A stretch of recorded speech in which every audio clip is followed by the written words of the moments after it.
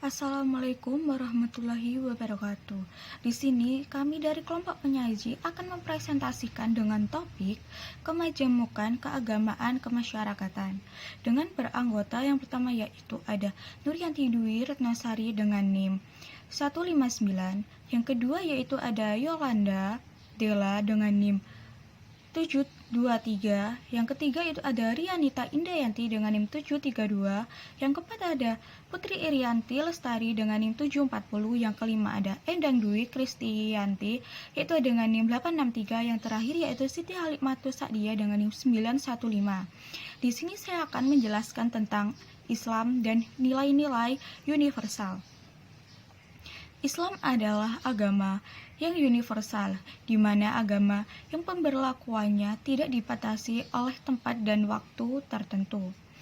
Nah, dengan demikian, untuk semua golongan manusia, keuniversalan Islam pertama sekali kelihatan pada konsep tauhid yang menjadi sendi. Ajarannya, kosmopolitisme adalah pandangan yang melihat kosmos atau seluruh dunia sebagai polis atau negeri sendiri. Nah, sehingga cenderung melupakan nasionalisme yang sehat dan mengabaikan tugas terhadap bangsanya, bangsa itu sendiri. Nah, Islam juga tidak membedakan warna kulit, bahasa, bangsa, pangkat, derajat. Inti ajaran agama bukanlah terletak pada kesukuan atau leluhur, melainkan keesaan Allah Subhanahu wa Ta'ala atau tauhid. Suatu implikasi yang sangat penting dari ajaran tauhid tersebut adalah kesatuan umat manusia. Di dalam segi hukum, keuniversalan Islam itu juga terlihat pada prinsip-prinsip hukum yang dimilikinya. Berdasarkan prinsip kesatuan umat manusia tersebut, hukum Islam memberikan jaminan dan perlindungan terhadap setiap orang tanpa diskriminasi. Dengan demikian, maka pandangan sebahagian orang yang mengatakan bahwa Islam banyak sesuai untuk bangsa Arab saja, namun demikian tidak mempunyai dasar yang kuat dan adil. Keuniversalan Islam ini dapat dilihat dari ciri-cirinya, antara lain yang pertama yaitu agama Allah. Agama Islam bersumber dari Allah berupa wahyu langsung, yaitu Al-Quran. Yang kedua yaitu mencakup aspek keseluruh kehidupan, baik individu maupun masyarakat, bernegara, dan lain-lain. Yang ketiga yaitu ada berlaku untuk semua umat sampai akhir zaman. Yang keempat yaitu ada sesuai dengan fitrah manusia. Dan yang terakhir yaitu ada menempatkan akal pada tempat yang sebaik-sebaiknya. Yang keenam yaitu ada menjaga rahmat bagi alam semesta. Yang ketujuh ada berorientasi ke depan tanpa melupakan masa kini. Yang kedelapan yaitu ada menjanjikan al-jaza. Terima kasih, selanjutnya akan dilanjutkan oleh rekan saya. Terima kasih atas kesempatannya. Perkenalkan, nama saya Yolanda Della Renta, NIM 2018-210723. Di sini saya akan mempresentasikan mengenai kemajemukan keagamaan dan kerukunan umat beragama. Kemajemukan keagamaan akan mengantarkan setiap orang yang memiliki keyakinan untuk bersama, karena ia tidak dapat hidup sendirian, melainkan hidup berdampingan dengan penganut agama lain. Setiap warga negara, setiap orang diarahkan untuk memahami cara baru mengenai cara Tuhan menitipkan kebenaran dalam setiap agama. Dengan demikian, kemajemukan agama tidak hanya dipahami dengan mengatakan bahwa masyarakat majemuk beraneka ragam dan terdiri dari suku dan agama. Masyarakat Indonesia merupakan masyarakat yang religius atau agamis. Kesetiaan dan kepatuhan nilai hidup religius atau keagamaan menjadi jiwa atau semangat dasar, sumber inspirasi, motivasi, dan tonggak pedoman arah bagi manusia dalam menentukan dan mengambil sikap yang tepat dan benar terhadap setiap perkembangan dan kemajuan yang ada. Dalam hubungannya dengan lingkungan sekitar, Setiap agama mengajarkan agar manusia senantiasa berusaha mengolah dan memelihara kelestariannya. Penghayatan hidup yang religius, baik dan benar, serta kesetiaan merupakan komitmen moral yang menjadikan manusia semakin manusiawi dan mampu menilai secara kritis setiap perkembangan dan kemajuan yang ada, serta dapat menentukan sikap yang tepat dan benar dalam situasi tersebut. Dengan demikian tidak dapat tergoda dan tenggelam dalam superioritas yang dangkal dan mental mencari gampang.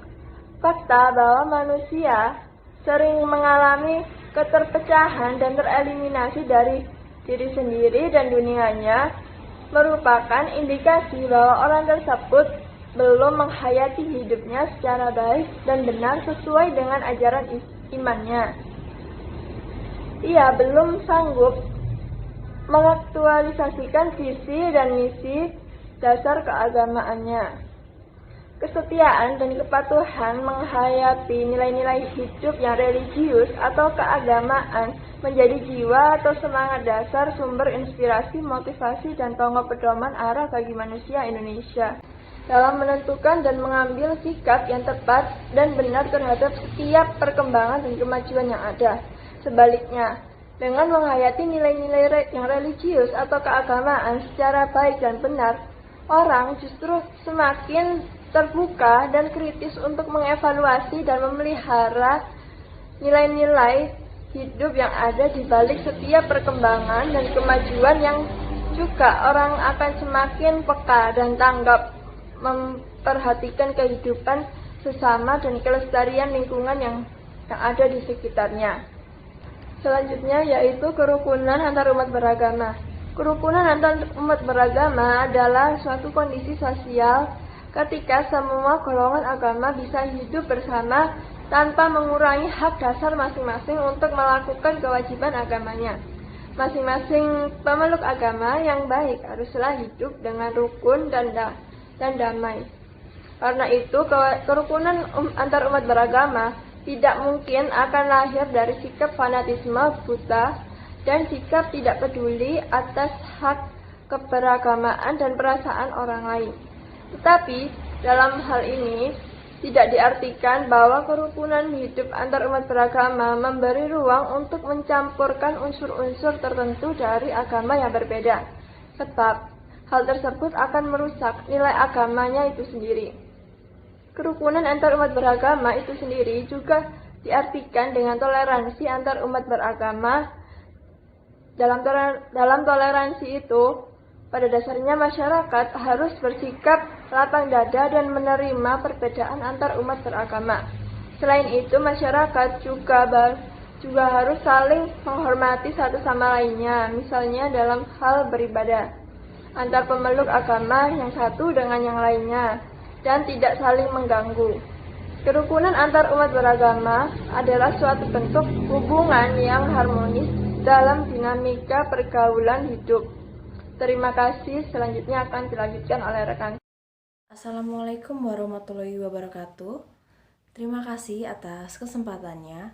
Perkenalkan, nama saya Rianita Indayanti dengan NIM 2018-210-732 dari kelompok 6.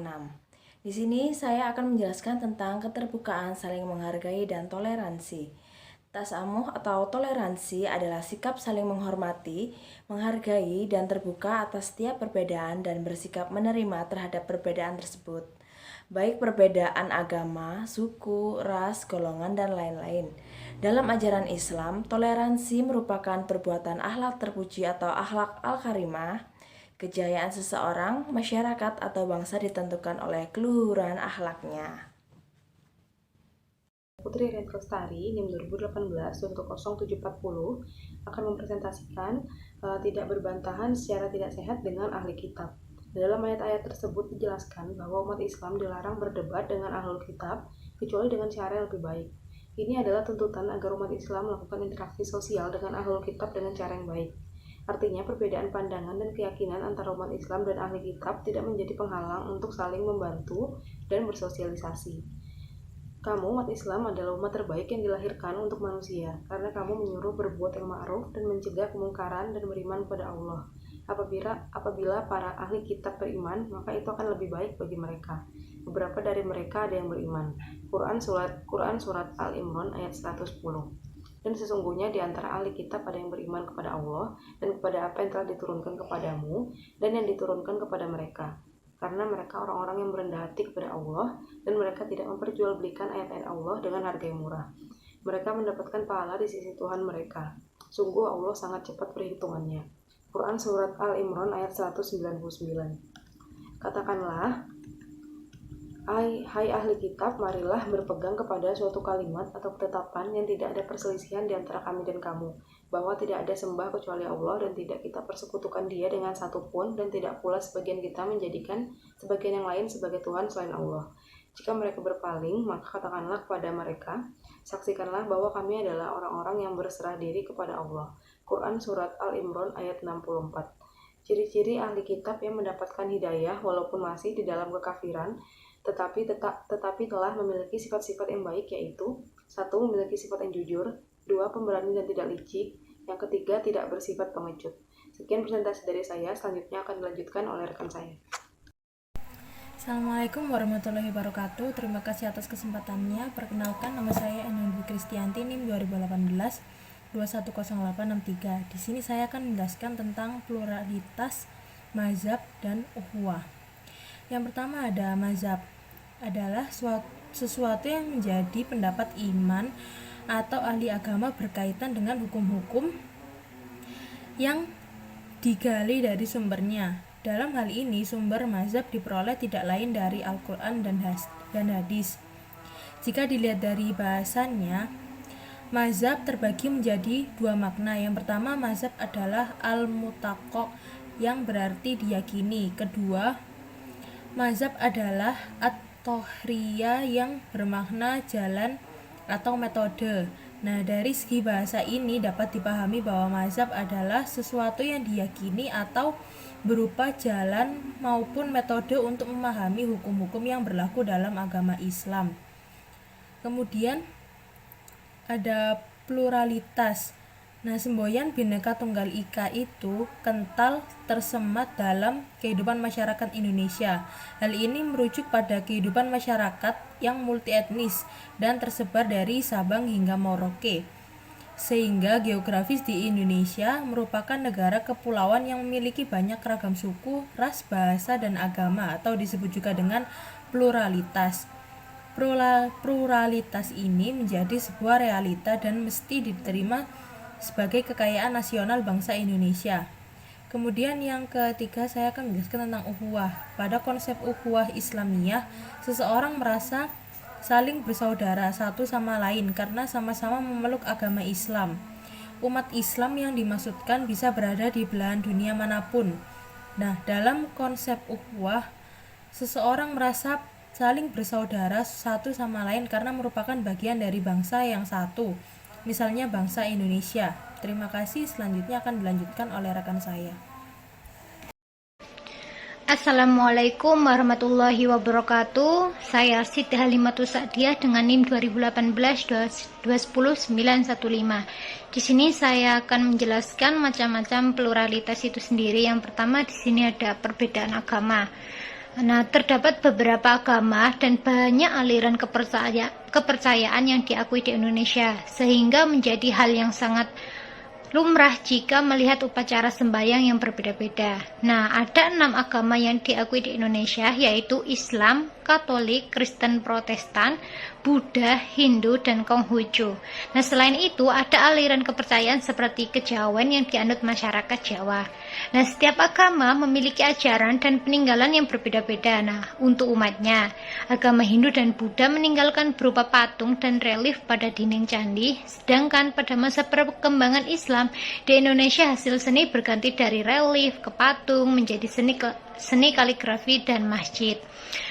Selanjutnya ada perbedaan budaya, di mana pluralitas di Indonesia bisa ditemui juga dalam kebudayaan. Nah, budaya sendiri bisa diartikan sebagai suatu kebiasaan atau pola perilaku dan pengetahuan atau keterampilan yang diwariskan secara turun-temurun dan dimiliki oleh sekelompok masyarakat tertentu. Nah, melalui budaya itu sendiri akan menimbulkan kekhasan yang membedakan manusia dengan makhluk lainnya. Selanjutnya di sini ada perbedaan suku bangsa. Nah, pluralitas juga ditemukan lewat banyaknya suku bangsa di Indonesia, yakni yang berjumlah lebih dari 300 kelompok. Populasi tertinggi sendiri adalah suku Jawa. Suku ini tidak hanya tinggal di Pulau Jawa, tetapi juga banyak yang melakukan transmigrasi ke Pulau Nusantara, serta bahkan tidak sedikit juga yang tersebar di luar negeri.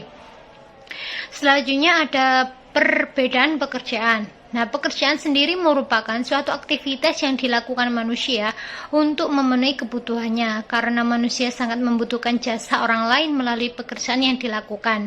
Nah, pekerjaan di sini dikelompokkan menjadi dua, yaitu pekerjaan sektor formal dan pekerjaan sektor non formal. Nah, untuk pekerjaan sektor formal terikat dengan suatu sistem yang berlaku baik dari sisi swasta maupun pemerintah, seperti perusahaan, guru, PNS. Nah, sedangkan pekerjaan non formal contohnya seperti pedagang, petani, wira swasta.